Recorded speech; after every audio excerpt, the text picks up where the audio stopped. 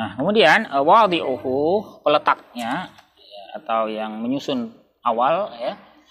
Wal masyhur, yang masyhur ini adalah anna awwala wadi'in li ilmin nahwi wa Abul Aswad ad-Duwali ya. Letak awal, yang awal pertama kali meletakkan ilmu nahwu ini adalah Abul Aswad ad-Duwali. Abul Aswad ad-Duwali ya. Ini nama yang sangat terkenal ya kalau kita. Ini di masa kekhilafahan Ali bin Abi Thalib radhiyallahu anhu. Jadi di amri Amirul Mukminin ya, berdasarkan perintah Amirul Mukminin. Amirul Mukminin siapa? Ali bin Abi Thalib radhiyallahu anhu. Ya. Beliaulah yang memerintahkan ya, radhiyallahu taala anhuma ya. Abul Aswad, karena Abul Aswad ini juga sahabat ya. Abul Aswad ad-Du'ali. Hamzah ya. Ad-Du'ali, bukan Du'ali, bukan Du'ali, bukan Du'ali tapi Du'ah, Hamzah. Nah, ini sebetulnya ada ceritanya ini ya. Dan ini ceritanya sudah di masa-masa sebelumnya ya, di masa yang paling terasa itu di masa kekhilafahan ya, di masa Umar. Ya, di masa Umar itu misalnya ya pernah terjadi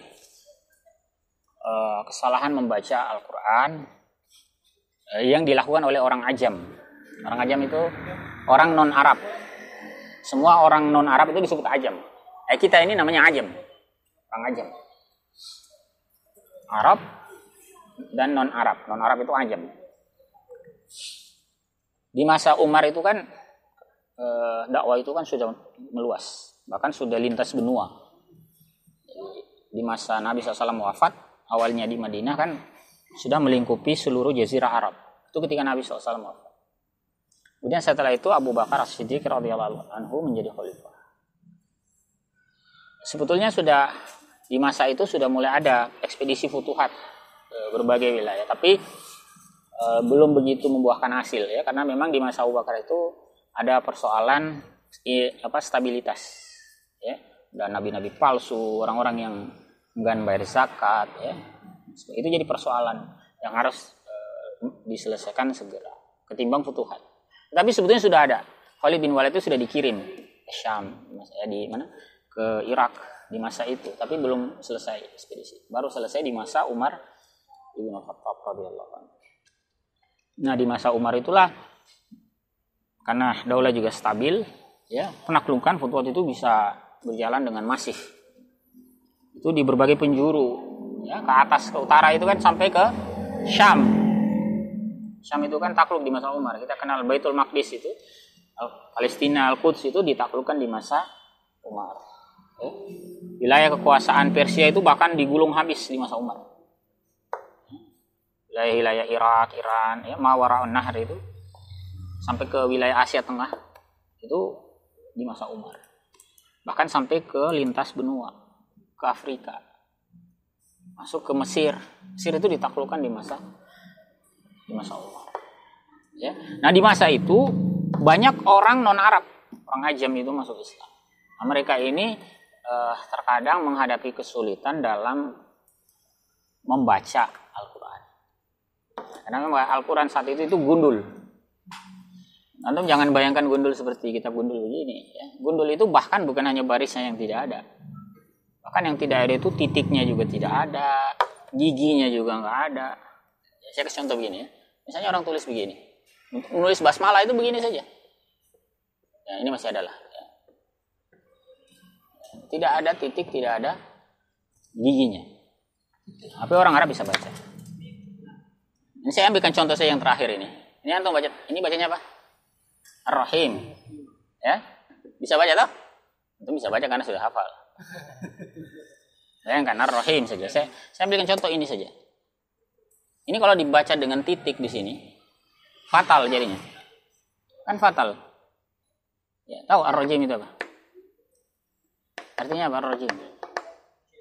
Nah, kalau antum tahu itu kan baca itu. A'udzubillahi minasyaitonirrajim. Ar-Rajim itu sifatnya setan. Bayangkan kalau orang baca basmalah dia salah. harusnya ha menjadi jim.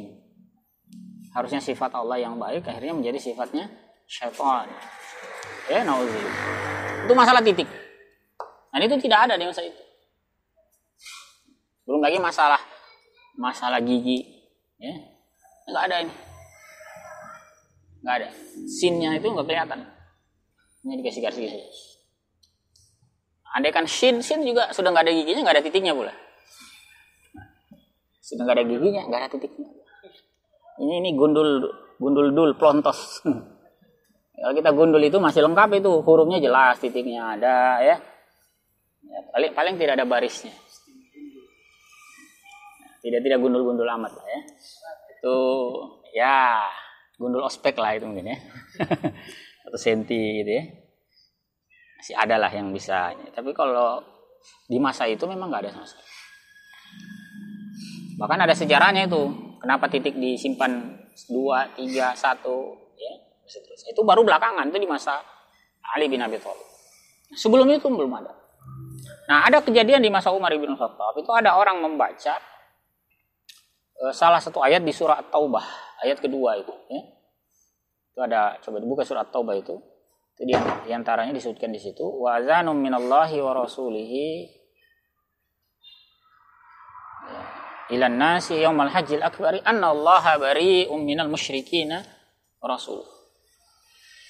Nah, ini salah satu peristiwa besar yang melatar belakangi penyusunan kaidah bahasa Arab. Itu ada penggalan kalimat annallaha bari'un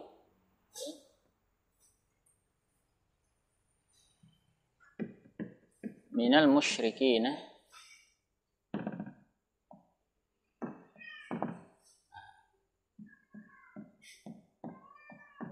Kemudian ada satu lagi, ini. Sorry. Nah, ini kalau bacaan yang betul, itu harokatnya begini. Doma. Perhatikan yang lam ini, ya.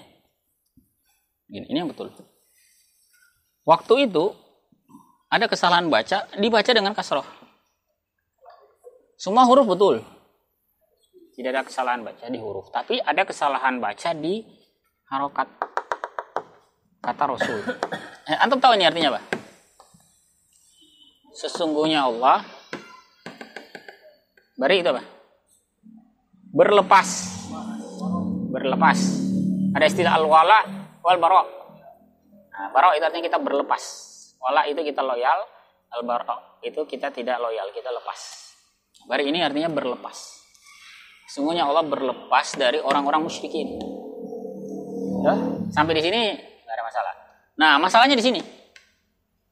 Warasuluhu, ini ada kata warasuluhu atau warasulihi. Ini ada huruf waw ataf yang artinya dan. Ya? Dan itu bisa dibawa ke sini. Bisa dibawa ke sini. Oh ya? Dan itu ikutnya ke lafaz Allah atau ikutnya kepada lafaz musyrikin. Kalau diterjemahkan secara harfiah, sesuai urutan, sungguhnya Allah berlepas dari orang-orang musyrikin dan Rasulnya. Bacaan yang betul itu adalah dengan dhammah. Maknanya sesungguhnya Allah dan Rasulnya berlepas. Karena Rasul ikutnya ke Allah. Sesungguhnya Allah dan Rasulnya berlepas dari orang-orang musyrikin. Tapi kalau dibaca kasrah, itu kemudian ini lafaz ini ikutnya ke sini. Artinya dibaca sungguhnya Allah berlepas dari orang-orang musyrikin dan juga berlepas dari Rasulnya. Artinya Rasul bersama dengan orang musyrikin yang lepas dari Allah Azza wa Jalla. Itu ketika Umar dengar itu, itu kaget. Subhanallah, katanya. Bagaimana mungkin Allah berlepas dari Rasulnya? Tapi orang baca ini. Orang ajam, orang Arab.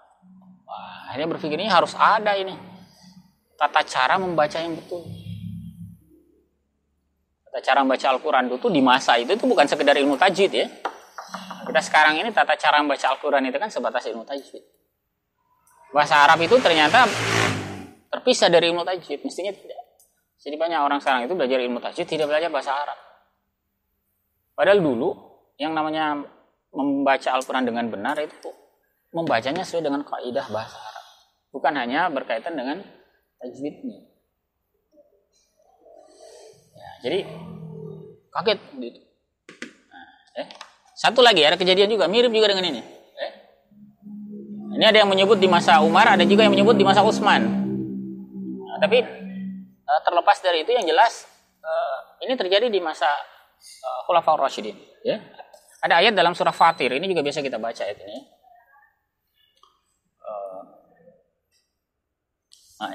Innama yakhshallah.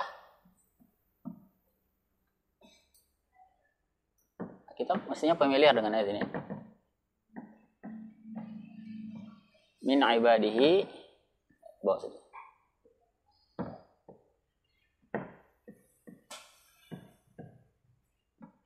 Ini ya. Dalam surah Fatir ini kan ada ya. Sesungguhnya ya. Nah, masalahnya nanti di sini. Dia menukar huruf ini dengan ini. Kalau ini betul. Min ibadihi al-ulama. Mestinya kalau di dalam Al-Qur'an itu yang betul itu adalah ini fathah, ini dhamma. Ya. Yang terjadi waktu itu dibalik. Nah, jadi ini jadi dhamma, ini jadi fathah. Itu artinya jadi fatal. Innama yakhshallahu itu fatal artinya. Sesungguhnya yang ditakuti oleh Allah. Karena dhamma itu menunjukkan pelaku. Yang takut itu siapa? Kalau dibaca dhamma berarti yang takut itu adalah Allah. Sementara kalau yang ini dibaca fathah akhirnya ini menjadi objek. Sesungguhnya yang ditakuti oleh Allah di antara hamba-hambanya hanyalah para ulama. Padahal mestinya sesungguhnya yang takut kepada Allah di kalangan hamba-hambanya hanyalah ulama. Ini mestinya jadi subjek. Nah, tapi yang terjadi waktu itu terbalik. Ya. Yang dibaca subjek jadi objek, objek jadi fatal. Nah, akhirnya waktu itu dibuatlah ya, di masa kekhilafan Ali bin Abi Thalib, dia perintahkan, instruksikan kepada Abul Aswad Ad-Duwali untuk membuat kaidah. Bikin kaidah. Sehingga bukan hanya kita orang Arab yang bisa baca Quran dengan benar, orang non-Arab pun juga bisa baca dengan diajarkanlah bahasa kaidah itu kepada orang-orang non-Arab. Setiap kali kaum muslimin melakukan futuhat, jadi disebutkan, Ibnu Khaldun itu menyebutkan para sahabat itu membawa dua. Al-Quran di tangan kanan, bahasa Arab di tangan kiri. Di dua itu. Makanya negeri-negeri yang ditaklukkan itu kemudian bertransformasi menjadi negeri yang berbahasa Arab. Nah, kalau antum tanya misalnya seperti apa ya? Misalnya seperti Mesir sekarang, Irak, apalagi, termasuk Syam. Ya. Itu kalau antum tanya, itu Arab bukan? Kalau di zaman sekarang orang bilang itu Arab. Sebetulnya itu bukan Arab. Orang Mesir itu bukan bangsa Arab. Orang Syam itu bukan orang Arab. Orang Persia itu bukan orang Arab. Irak, Iran, ya, itu bukan orang. Ya, tapi kalau sekarang orang ke Mesir itu orang Arab. Mengapa bisa seperti itu? Karena bangsa Mesir itu bukan hanya masuk Islam, tapi juga masuk Arab. Ya, jadi dia memeluk Islam sekaligus juga mengambil bahasa Arab. Karena sahabat itu ketika datang ke situ ya selain bawa Islam juga bawa bahasa Arab. Itu memang ya. Dan ini juga menjadi sering kita sampaikan sebagai salah satu bukti keberhasilan sublimasi bangsa-bangsa. Jika khilafah itu menaklukkan satu wilayah, berbeda dengan penjajahan. Yang namanya penjajahan itu nggak ada penjajahan itu masyarakat yang dijajah bisa menyatu dengan penjajahnya. Kita itu pernah dijajah Belanda, pernah dijajah Portugis, tapi tidak ada kampung, tidak ada, nggak usah bilang negara, tidak ada desa, RT RW, kecil RT RW yang mengadopsi bahasa Belanda, bahasa Portugis, nggak ada. Adanya malah kita jijik, benci ya, dengan budaya penjajah. Walaupun di masa lampau ada misalnya pahlawan yang fasih bahasa Belanda, misalnya, itu terpaksa saya disekolahkan di sekolah Belanda itu. Ya. atau pakar-pakar hukum kita sekarang itu banyak yang bisa menyebutkan istilah-istilah hukum dalam bahasa Belanda ya karena memang dipaksa belajar seperti itu. Tapi secara sukarela, kecintaan tidak ada. Itu berbeda dengan negeri-negeri tadi yang ditaklukkan itu. Ini menunjukkan bahwa memang bukan penjajahan. Seandainya penjajahan, ngapain mereka repot-repot mau belajar bahasa Arab? Apalagi pembelajaran bahasa saat itu masih sangat sederhana. Metode pembelajaran tidak secanggih sekarang itu. Sekarang itu kan macam-macam itu. Cara belajar bahasa. Ada istilah kuantum apa itu ya. Quantum teaching, quantum learning, quantum apa gitu yang katanya seminggu, 2 minggu, sebulan, 2 bulan sudah hasil. Sekarang ada lagi dengan apa itu NLP itu ya, dengan model-model hipnotis macam-macam gitu ya. Ya Allah a'lam ya.